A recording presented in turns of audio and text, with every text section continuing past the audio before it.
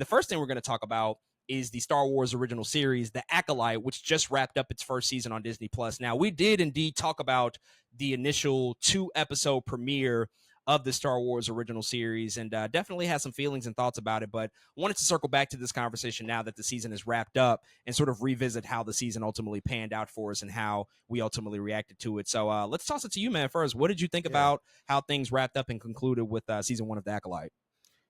The Acolyte is so weird to me because it's such a mixed bag.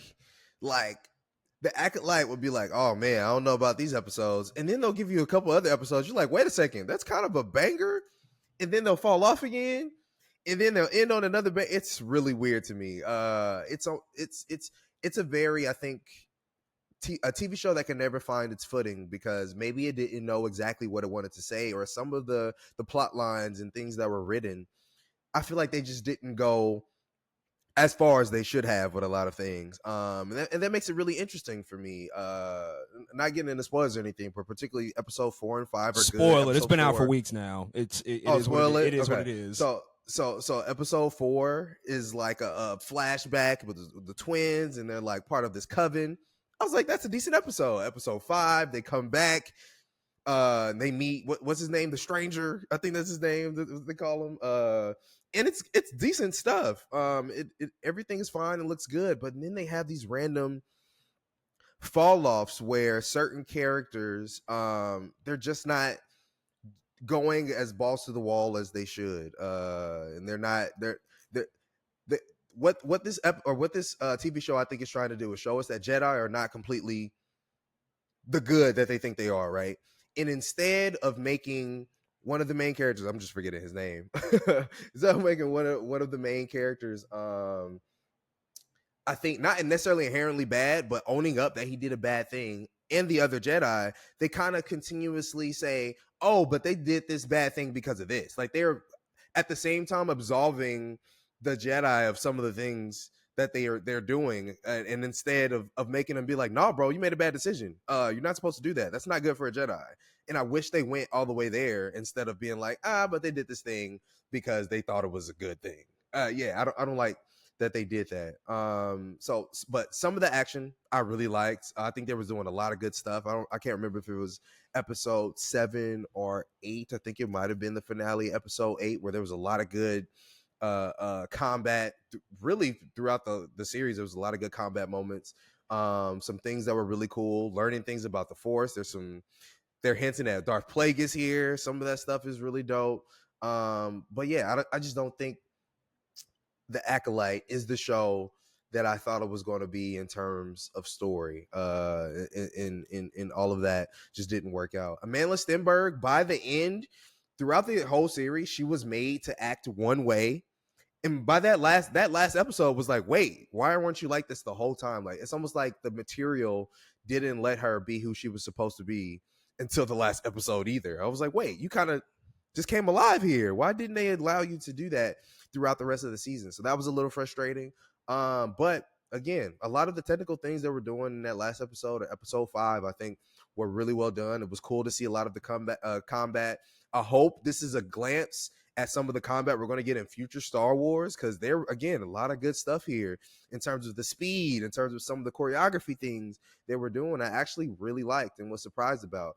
Kamir, played by Manny Jacinto, very good job. I think he was more interesting when he didn't have the mask versus when he did. But when he didn't, I thought he did very well. And then last, I just want to talk about Lee Jung Jae as Soul.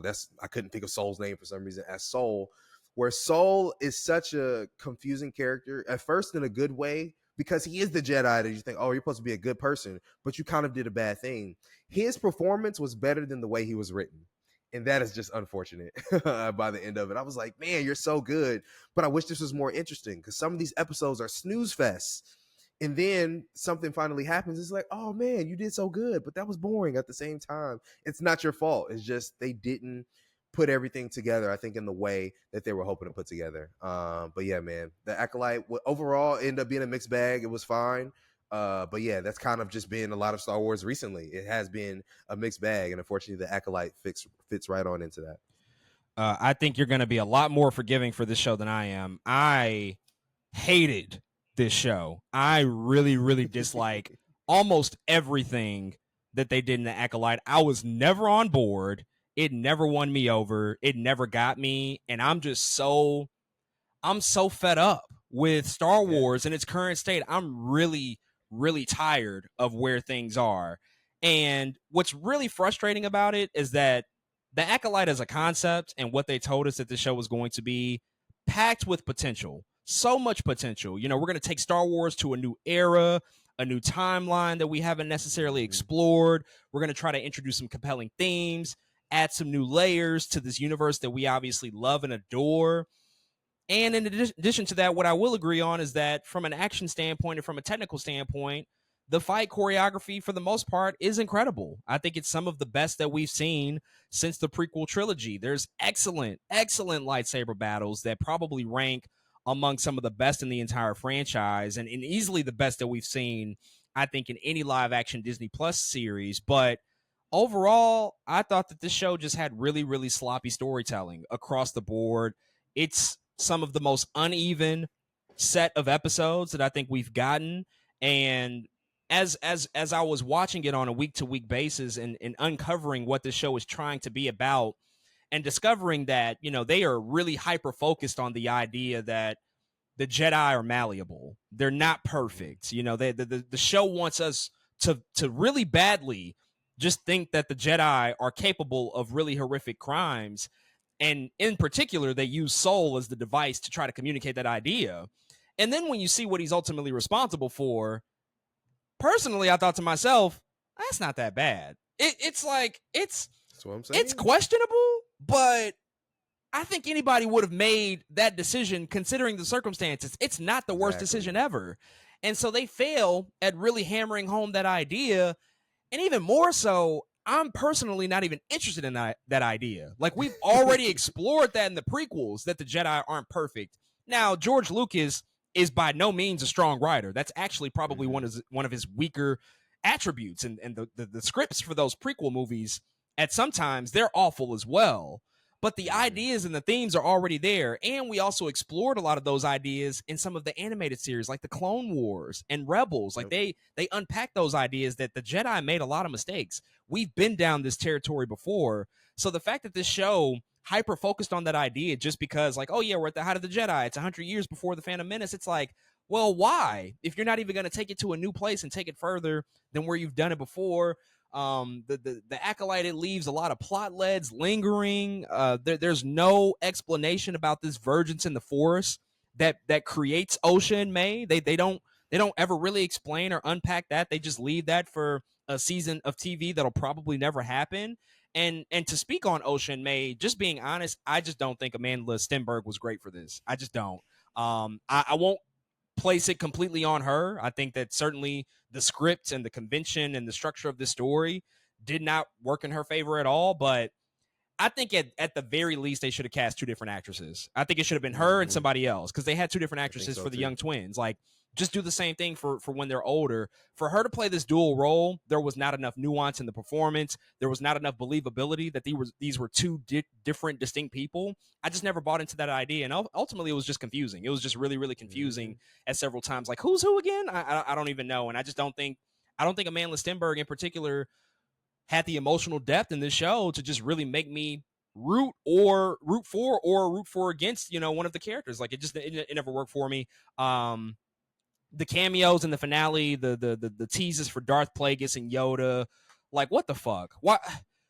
I, that stuff to me, it's so infuriating because I just feel that there's a sense on the part of Lucasfilm and what they're doing in the idea that we need to fill in all the details. We need to know everything. Because if you're including Plagueis and you're including Yoda 100 years before we ever hear a word about them mentioned or that they're introduced in the prequel trilogy, that signals to me that we are going to start to patch up and fill in the blanks about midichlorians and I guess the creation of Anakin Skywalker. Like, who wants to see that shit for real? Like, really, who wants to see that stuff?